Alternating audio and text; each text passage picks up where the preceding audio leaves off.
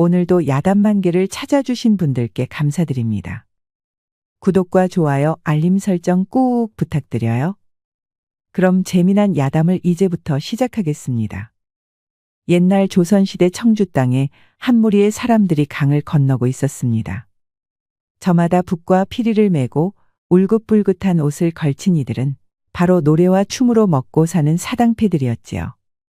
이들이 한참 강물을 건너고 있는데 웬 청년이 무리에 두둥실 떠내려오는 것이 아니겠습니까? 저기 좀 보세요. 웬 사람이 강물에 떠내려와요. 소녀가 손을 들어 가리키자 사당패들은 깜짝 놀랐지요.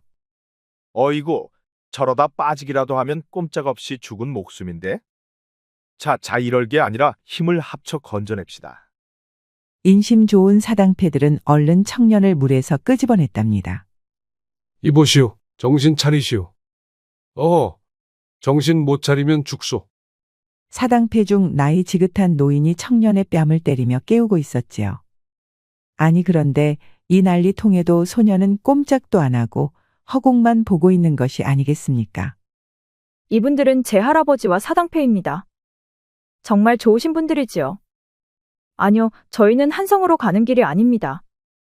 가까운 청주 땅에 장터가 선다 하여 그곳으로 향하는 길이지요. 네, 이분을 잘 부탁한다고요? 알겠습니다. 이게 무슨 일이랍니까? 소녀는 허공에 대고 대화를 나누고 있는 것이 아니겠습니까? 네, 그렇습니다. 사실 소녀에게는 특별한 능력이 있었지요. 소녀는 다른 사람들에게는 보이지 않는 혼령들이 똑똑히 보이는 것이었습니다. 그런데 청년 뒤에 서 있던 여인의 혼백이 소녀에게 청년을 부탁하고는 사라지는 것이었죠. 소녀는 차마 죽은 사람의 부탁을 거절할 수 없어 청년을 돌봐주겠다고 약조를 했지요. 그렇게 여인의 혼령과 소녀가 대화를 나누는 사이 청년의 의식이 돌아오는 것이었습니다. 이제 정신이 좀 드시오. 여기가 도대체 어딥니까? 여기는 청주 미호강의 강변이요. 물에 휩쓸려 떠내려오는 것을 우리 사당패 삼촌들이 건져냈다오. 그렇군요. 목숨을 살려주셨군요. 이 은혜를 어찌 갚아야 할지. 에이, 그런 말씀 마시오. 사람 목숨을 구하는 것이니 누구라도 했을 것이외다. 청년은 사당패의 우두머리인 감시 노인에게 깊게 고개를 숙였습니다. 노인이 살펴보니 청년은 나이에 어울리지 않게 점잖고 무척이나 예의가 발랐지요. 하지만 어딘가 잔뜩 움츠려 있고 두 눈에는 공포가 가득했습니다. 해서 노인은 더 묻지 않고 손녀인 감미려에게 일러 청년을 부축하게 했습니다. 무슨 사연인지는 모르나 강물에 빠졌다 겨우 살아났으니 일단 안정을 취해야겠소. 허니, 우리 집으로 가십시다. 미려야 도령을 잘 부축해 드리거라. 네, 할아버지. 염려 마세요. 그리하여 청년은 감시 노인의 집에서 쉴 수 있었답니다. 감노인이 사당패들과 공연을 하러 간 사이 미려는 방에 청년을 눕히고 부엌으로 향했습니다. 곡식은 좀 있는데 반찬거리가 없구나. 손님을 굶길 수는 없으니 뒷산에 좀 다녀와야겠다. 미려는 품에 비수 몇 개를 챙겨 산에 올랐습니다. 그리고는 통통한 산새가 보일 때마다 족족 비수를 날려 떨어뜨리는 것이 아니겠습니까? 그야말로 백발백중 신묘한 솜씨였지요. 꿩이며 산비둘기를 순식간에 잡은 미려는 사냥감을 새끼줄에 묶어 허리에 찼습니다. 그렇게 산길을 내려오는데 저 앞에서 칼을 든 남자들이 올라오고 있는 게 아니겠습니까? 주변을 샅샅이 살피는 것이 아무래도 누군가를 찾는 것 같았지요. 그들을 본 미려는 아무 말 없이 산을 뛰어내려왔습니다. 일어나세요, 도령. 지금 누워있을 때가 아닙니다. 아니, 미려 처녀. 갑자기 무슨 일이시오? 도령을 쫓는 이들이 있으니 어서 여길 나가야 합니다. 미려는 청년을 일으켜 반대편 산으로 달아났습니다. 그리고는 평소 봐둔 동굴에 청년을 밀어넣었지요. 헌데 그 순간 청년에게 붙어있던 여인이 다시 모습을 드러내는 것이었습니다. 은희님, 저자들은 끈질긴 살수들입니다.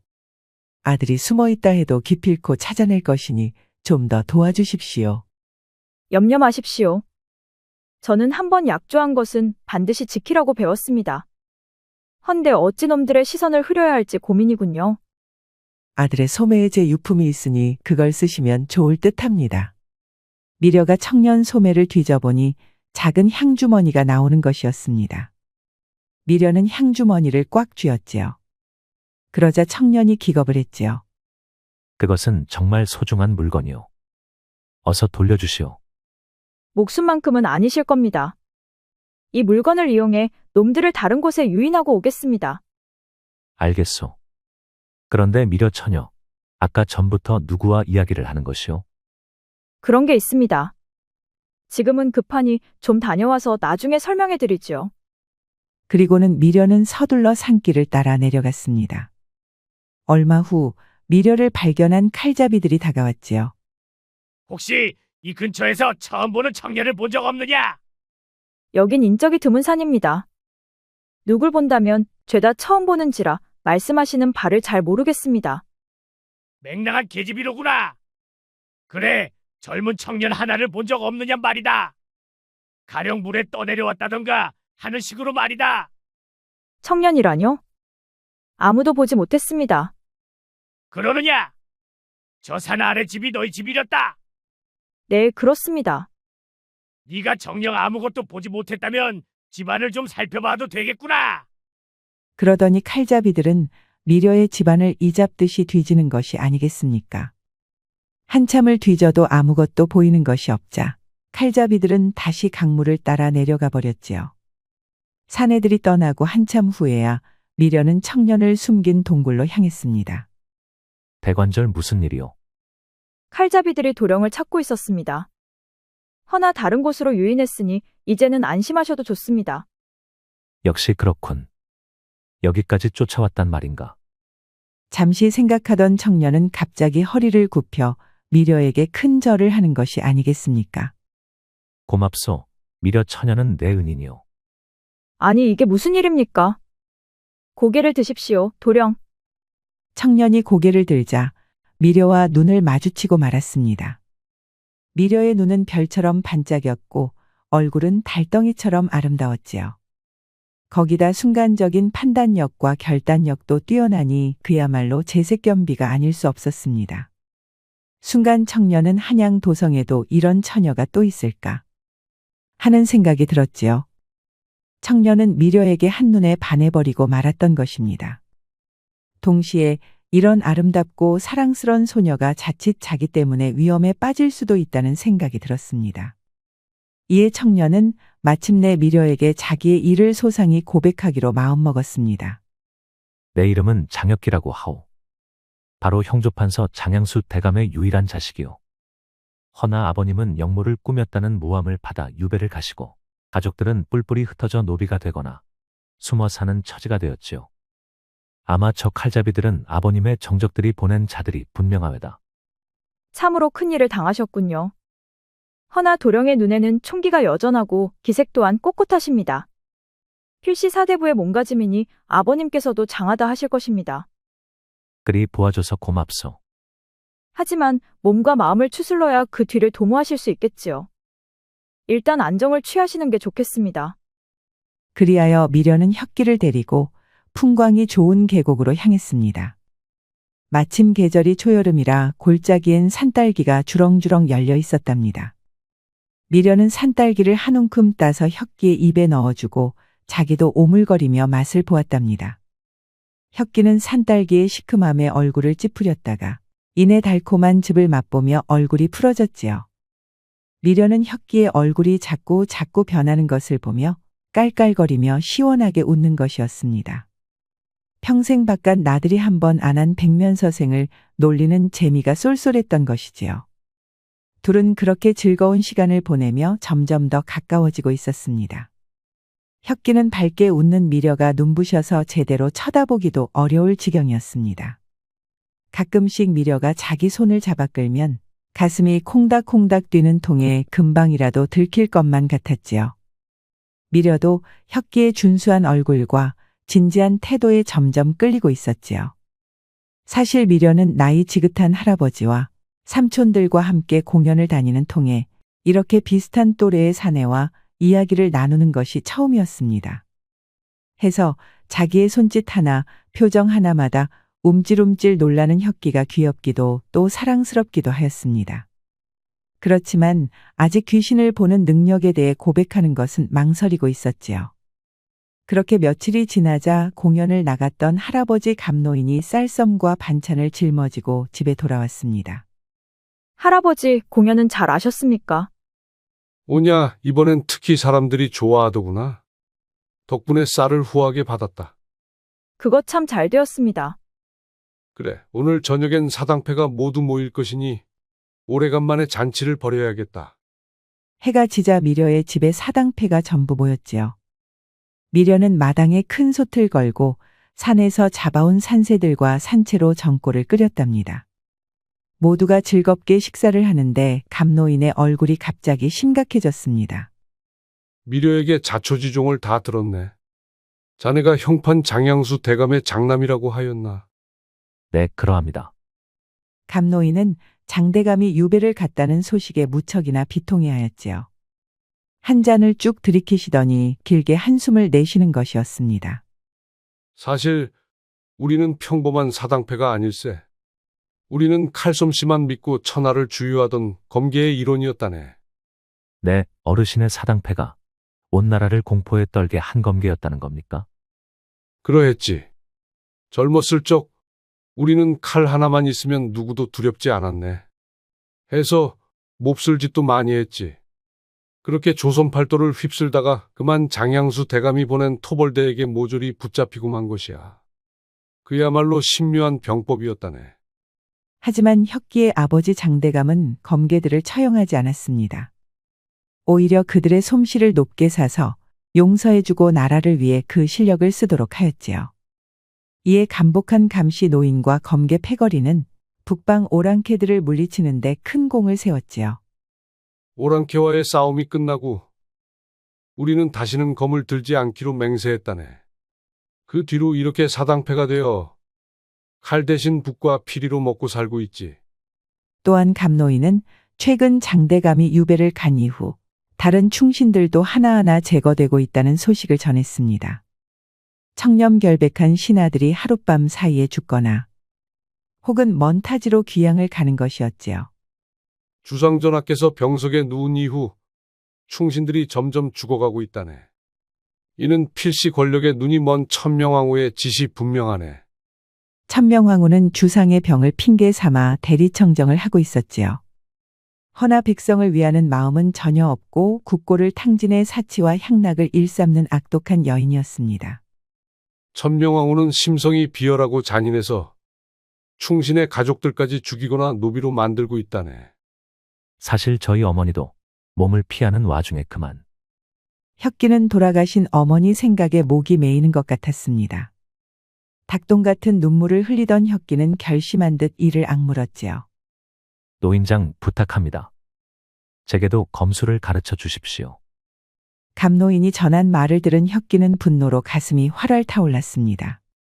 하지만 아픈 주상을 대신해 국정을 주무르는 천명왕후를 막는 것은 보통 일이 아니었습니다. 이 사람이 나는 이미 검을 놓았다고 하지 않나. 부탁드립니다. 천명왕후를 치려면 어르신의 검술밖에 없습니다. 사실 혁기는 앞서 미려가 비수 몇 자루로 수십 마리 산새를 잡는 것을 보았습니다. 딸인 미려의 솜씨가 저리도 뛰어나니 할아버지 감노인의 검술은 얼마나 대단할지 상상도 가지 않았지요. 해서 복수를 위해서는 감노인의 검술을 꼭 배워야 한다는 심산이었습니다. 할아버지, 그러지 말고 혁기 도령에게 검술을 가르쳐 주세요. 처음에는 망설이던 감노인은 손녀딸 미려까지 부탁하는 통에 결국 허락하게 되었습니다.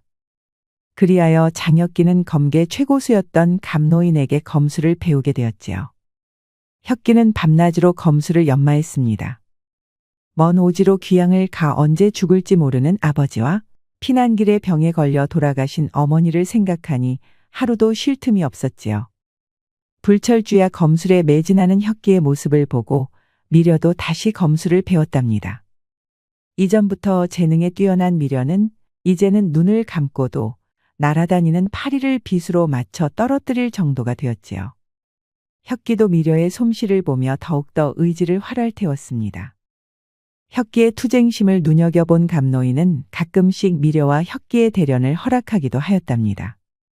그때마다 혁기의 솜씨는 일취월장 어느새 미려의 뒤를 따라붙고 있었지요.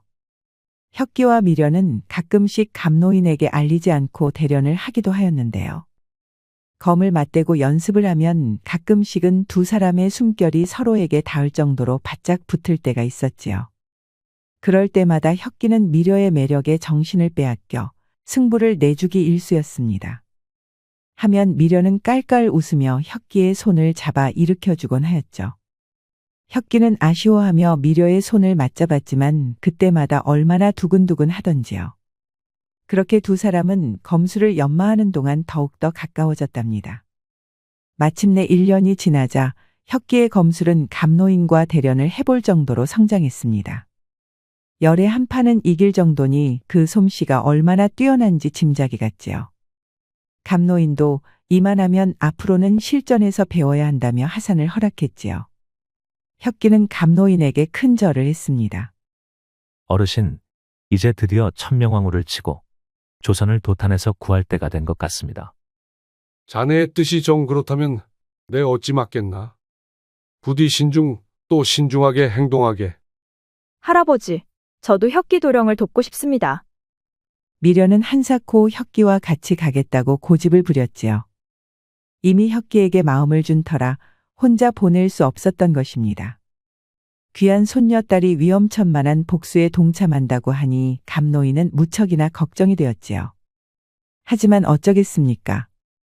괜히 막다간 일만 더 그르칠 수 있었으니까요. 고민 끝에 감노인은 청죽으로 만든 작은 피리를 미려에게 건네주었답니다. 그러면서 위급한 상황이 오면 꼭 이 피리를 불라고 하였지요. 그리하여 혁기와 미려는 용다모혈과 다름없는 한양으로 떠났습니다. 한양에 도착한 둘은 정보도 얻고 여독도 풀 겸 주막집으로 향했지요. 그렇게 둘이 귀를 쫑긋이 세우고 술 한 잔 기울이고 있는데 옆자리에서 세도가인 좌의정에 대한 이야기가 흘러나오는 것이었습니다. 소문 들었어. 그 좌상 대감이 요새 심상치 않다는 것이요. 좌상이라면 그 천명왕후의 오랍이 아닌가? 이거 나는 새도 떨어뜨리는 권력자가 또 뭘 갖고 싶어서 그러실까? 알게 뭐야. 어쨌든 당분간 밤길 조심해야겠어. 행여 무슨 일에 휘말리기라도 하면 큰일이니. 술에 취한 사내들은 듣는 사람이 있다는 것도 모르고 큰 소리로 이야기를 나눴지요. 그 소문 좀 자세히 듣고 싶소만. 이 솔깃한 이야기를 듣고 싶다.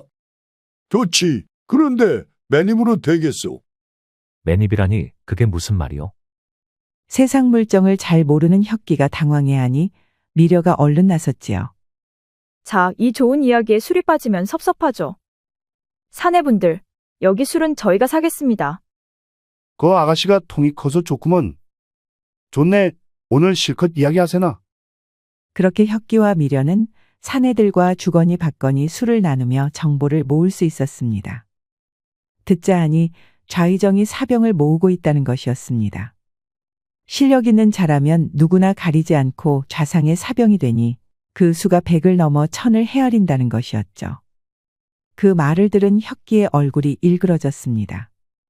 분명 좌상과 천명왕후가 무슨 흉계를 꾸미고 있는 것이었으니까요. 달이 뜨고 밤이 깊자 술자리는 마침내 끝났습니다. 사내들이 돌아가고 혁기와 미려도 숙소로 향하였죠. 아니 그런데 이게 무슨 일이랍니까? 어둠 속에서 갑자기 칼을 든 남자 셋이 걸어 나오는 것이 아니겠습니까? 셋은 모두 복면을 쓰고 있어 신원을 알아볼 수가 없었지요. 아니, 대관절 당신들은 위시오? 누구길래 야밤에 이렇게 길을 가로막는 것이오? 하하, 맹랑한 계집.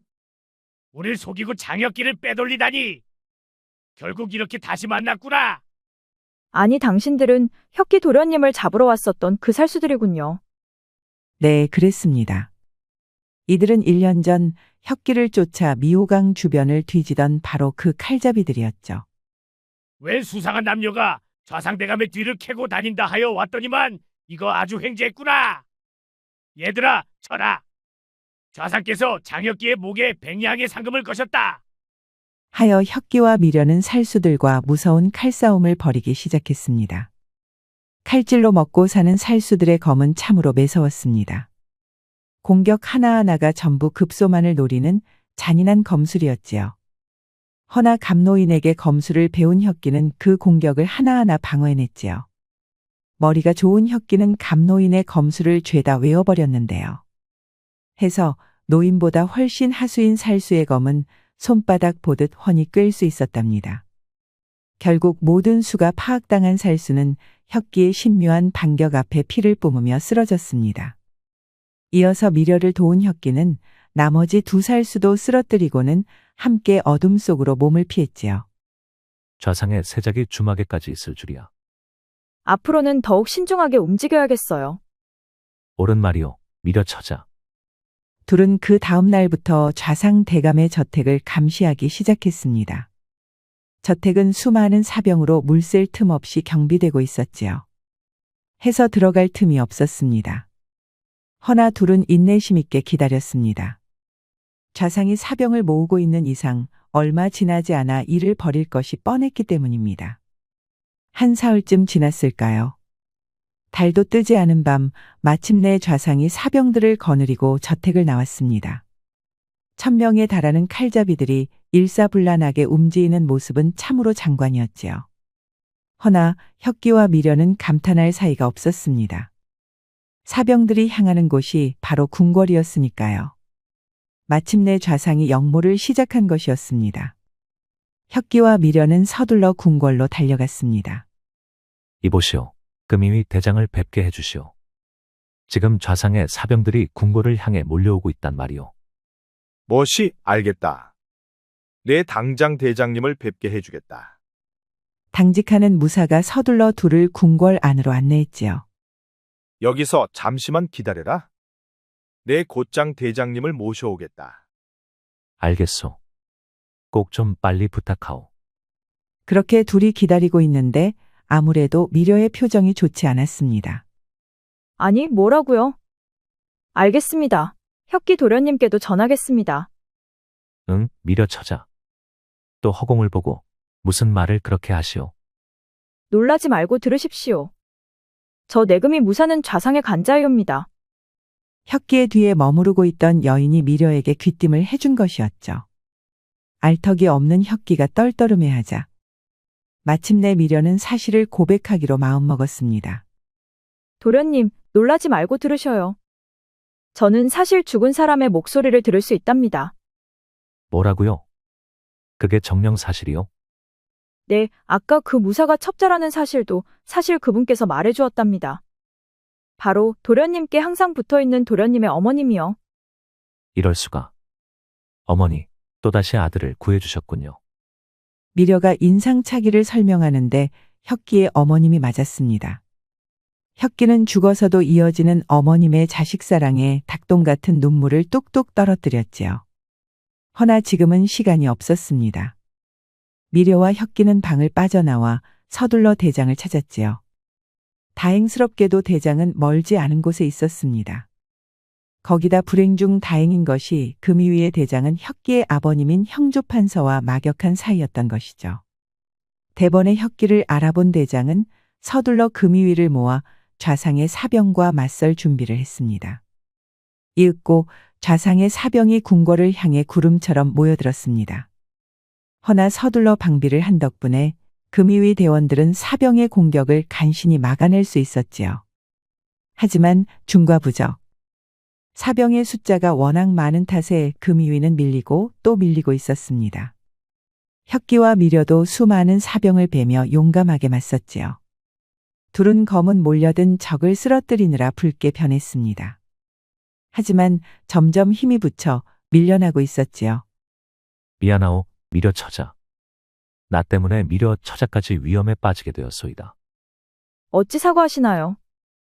나라를 위한 혁기 도령의 마음에 저 또한 동의한 것뿐입니다. 아니요, 복수도 못했을 뿐더러 사랑하는 여인까지 위험하게 만든 내 죄가 크구려. 혁기의 사랑한다는 말에 미련은 온몸이 녹아내리는 것 같았습니다. 심장이 콩닥콩닥 뛰고 얼굴은 붉게 달아올랐죠. 사실 미려도 혁기에 대한 마음이 깊어질 대로 깊어졌거든요. 해서 자기는 죽어도 어떻게든 혁기만은 살리고 싶었지요. 그래서 고민하는 찰나 마침 할아버지가 넘겨준 청죽피리가 생각났습니다. 위급할 때는 이 피리를 불라고 하셨지. 미려가 피리를 불자 맑고 청아한 소리가 밤하늘 너머로 울려 퍼졌습니다. 그리고 잠시 뒤 대답하듯 저 멀리서도 똑같은 피리 소리가 들려왔지요.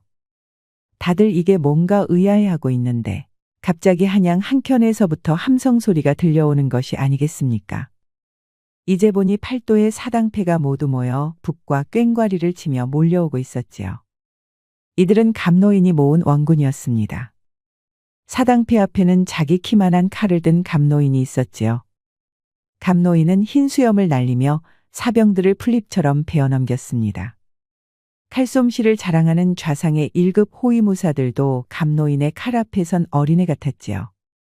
마침내 좌상이 감노인의 발 앞에 무릎을 꿇자 사병들은 모래성처럼 무너져 흩어지고 말았지요. 그야말로 대승이었습니다. 얘야, 무사하느냐? 네, 저는 멀쩡합니다. 아니, 그런데 이게 어떻게 된 일입니까? 너희가 떠나고 나니 나 또한 가만히 있을 수가 없더구나. 그래서 팔도를 돌며 알고 지내던 사당패들을 모았지. 모두가 천명왕후와 좌상대감에게 분노하고 있던 터라 생각보다 쉽게 대군을 모을 수 있었지. 그리하여 너의 피리 소리에 맞춰 한꺼번에 놈들의 뒤를 친 것이란다. 그랬군요. 역시 할아버지십니다. 공격이 제대로 꽂혀버렸군요. 그렇게 좌상과 천명왕후의 음모는 분쇄되었습니다. 영모에 가담했던 좌상과 천명 두 남매도 형장의 이슬이 되었지요. 억울하게 귀양을 갔던 혁기의 아버지 장대감도 벼슬을 돌려받을 수 있었습니다. 덕분에 혁기는 마침내 감동적인 부자상봉을 할 수 있었지요. 장대감과 혁기는 서로를 부둥켜 안고 눈물만을 흘렸답니다. 주상은 영모를 막은 공로로 혁기는 높은 벼슬을 내렸답니다. 약관의 나이에 승지라는 벼슬을 얻게 된 혁기는 그야말로 조정의 길이나가 되었지요. 그렇게 일이 해결되고 나자 혁기는 미려에게 말했습니다. 미려 처자, 그동안 정말 고마웠소. 처자가 아니었다면 나는 이미 불귀의 객이 되었을 것이오. 아닙니다. 저는 사람으로서 마땅히 해야 하는 일을 한 것뿐입니다. 아니오. 나는 처자에게 내가 가진 가장 좋은 것으로 보답하는 수밖에 없을 것 같소. 네, 그것이 무엇입니까? 바로 나요. 날 미려 처자에게 주고 싶소. 우리 혼례를 치릅시다. 우하하하. 둘은 기분 좋게 웃음을 터뜨렸답니다. 물론 미려는 혁기의 청혼을 받아들였지요. 그렇게 혁기와 미려는 경사롭게 혼이 나게 되었지요. 첫날 밤 혁기는 그간 배운 검수를 살려서 미려에게 제대로 실력을 보여주었습니다. 넣었다 뺐다 밤새도록 이어지니 방안은 즐거움으로 가득 찼지요. 마침내 미려는 혁기의 솜씨에 탐복해 그를 지아비로 인정했답니다. 둘은 정말로 행복하고 황홀한 나날을 보내었고 그 뒤로도 금슬 좋은 부부로 평생을 해로하였습니다. 옛말에 필사즉생이라는 말이 있습니다. 이순신 장군께서도 하신 말인데 죽을 힘을 다해 노력하는 자는 반드시 살 길을 찾는다는 말이지요. 우리도 혁기처럼 힘들고 어려워도 포기하지 않고 노력할 수 있는 삶을 살아야겠습니다. 우리 영상을 시청하신 모든 분들께 행복이 가득하길 기원하겠습니다. 구독과 좋아요, 알림 설정 부탁드려요. 이후에도 재미난 이야기가 많이 준비되어 있으니 다른 영상도 꼭 보러 와주세요.